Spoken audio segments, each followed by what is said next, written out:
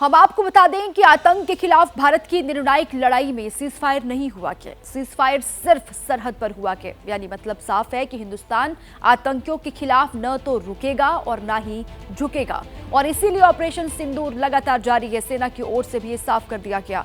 सूत्रों का दावा है कि न तो राजनीतिक स्तर पर कोई बात होगी पाकिस्तान से और न विदेश मंत्री के स्तर पर कोई बात होगी और न ही एनएसए लेवल पर पाकिस्तान से कोई बात की जाएगी। भारत ने सबको ये साफ कर दिया है कि सिर्फ और सिर्फ डीजीएमओ स्तर पर ही बात होगी। इसके अलावा अभी बातचीत की कोई गुंजाइश पाकिस्तान के साथ नहीं है। तो ऑपरेशन सिंदूर लगातार जारी है, वो खत्म नहीं हुआ है। पाकिस्तान से राजनीतिक स्तर पर कोई बात हिंदुस्तान नहीं करेगा, विदेश मंत्री के स्तर पर कोई बात नहीं होगी, ये साफ कर दिया गया है। और यहां तक कि एनएसए लेवल पर भी पाकिस्तान से कोई बातचीत नहीं होगी। सिर्फ डीजीएमओ स्तर पर ही हिंदुस्तान पाकिस्तान से बात करेगा, ये एकदम साफ कर दिया गया है हमारी सेना और सरकार की तरफ से। भारत के हमलों से त्राहिमाम कर रहा पाकिस्तान को भले ही सीजफायर संजीवनी लग रहा हो, लेकिन भारत ने उस पर लगाई पाबंदियों को खत्म नहीं किया है। सिंधु जल समझौता स्थगित ही रहेगा। सिंधु नदी का पानी पाकिस्तान अब भी नहीं जाएगा। पाकिस्तान के साथ कारोबार पर रोक जारी रहेगी। जो रोक लगाई गई है वो यूं ही चलती रहेगी। सभी तरह के व्यापार पर पाबंदी कायम रहेगी। सिंधु नदी का पानी जो है पाकिस्तान नहीं जाएगा, ये अब भी जो रोक है वो बरकरार है। पाकिस्तान के साथ कारोबार पर रोक जारी रहेगी। सभी तरह के व्यापार पर पाबंदी कायम रहेगी। पाकिस्तान से कूटनीति संबंध में भी कोई बदलाव नहीं होगा। पाकिस्तानी नागरिक भारत नहीं आ सकेंगे। अब भी वीजा रद्द करने का जो फैसला सरकार की ओर से लिया गया है वो यूं ही बरकरार रहेगा, ये साफ कर दिया गया है।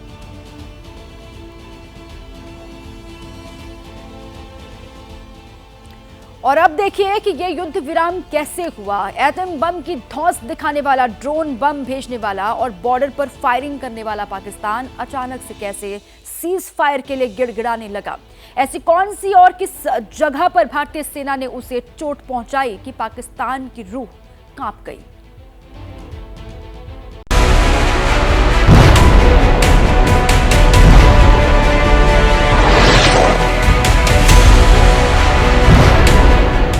और 7 मई की रात पाकिस्तान और पीओजेके में भारत की एयर स्ट्राइक। राफेल, सुखोई ने आतंक के 9 अड्डों पर मिसाइलें दागी।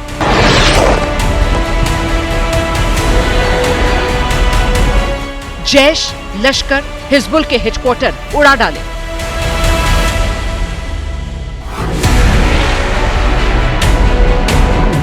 सात मई की रात पाकिस्तान ने भारत के 15 सैन्य अड्डों पर ड्रोन अटैक किया। भारत ने सारे हमले नाकाम किए। पलटकर जवाब दिया। पाकिस्तान का एयर डिफेंस तबाह किया।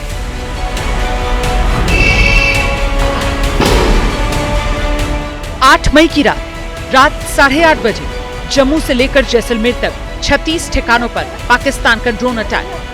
भारत के एयर डिफेंस ने 400 पाकिस्तानी ड्रोन्स मिट्टी में मिला दिए।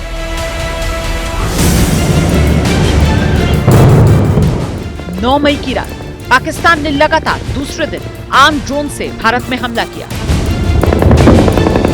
भारत ने फिर मुंह तोड़ जवाब दिया। एक बार फिर पाकिस्तानी ड्रोन्स के चिथड़े उड़ा दिए। लेकिन इसके बाद भारतीय सेनाओं ने जो जवाब दिया वो न सिर्फ पाकिस्तान की रूह कपकपा देने वाला था, बल्कि उसने चंद घंटों में उसे घुटनों पर ला दिया। 9 मई की रात भारतीय सेना ने पाकिस्तान के 1 नहीं 2 नहीं पूरे 12 सैन्य अड्डों पर जवाबी हमला किया। उन्हें खोद कर रख दिया, तबाह कर दिया। इनमें पाकिस्तान के 8 एयरबेस भी थे। भारत ने सीधे उन जगहों पर सटीक वार किया जहां पाकिस्तान ने अपने लड़ाकू विमानों और हवाई हथियारों का सबसे बड़ा जखीरा रखा था। पाकिस्तान के नक्शे में देखिए कि उसके कौन कौन से मिलिट्री ठिकाने और एयरबेस थे जिन पर भारत ने पलटकर हमला किया। इनमें पंजाब का रफीकी एयरबेस, मुरीद एयरबेस, चकलाला का Nur Khan airbase, Rahim Yar Khan, Sukkur, Younus base, Sialkot base, Jacobabad base, Sargodha, Bholari airbase और मिलिट्री बेस थे। इसके अलावा सियालकोट का पसरूर रडार साइट भी था जो हवाई खतरों की निगरानी करता था।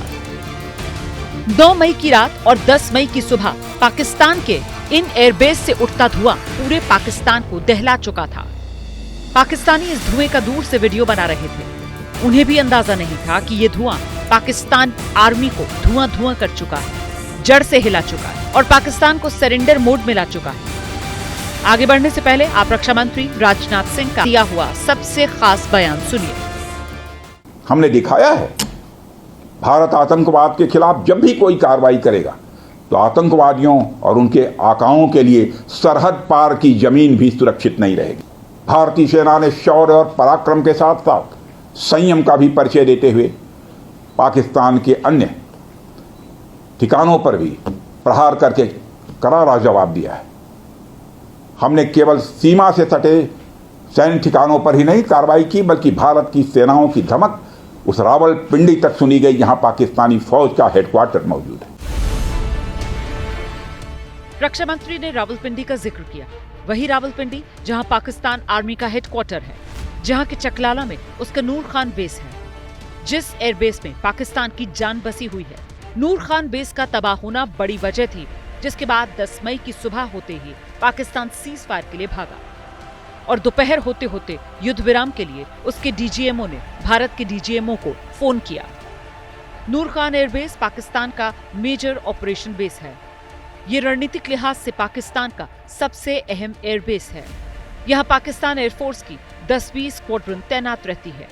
ये पाकिस्तान एयरफोर्स के सीक्रेट ऑपरेशन और वीआईपी मूवमेंट का बेस है। पाकिस्तान के सबसे ज्यादा मिलिट्री जेट्स यहीं पर तैनात रहते हैं। हाई प्रोफाइल ट्रांसपोर्ट बेस होने से सारे असले यहीं पर पहुंचते हैं। शाहीन, गौरी जैसे लंबी दूरी की मिसाइल्स का बेस भी यही एयरबेस है। नूर खान बेस की सुरक्षा सीधे मिलिट्री इंटेलिजेंस और आईएसआई करती है।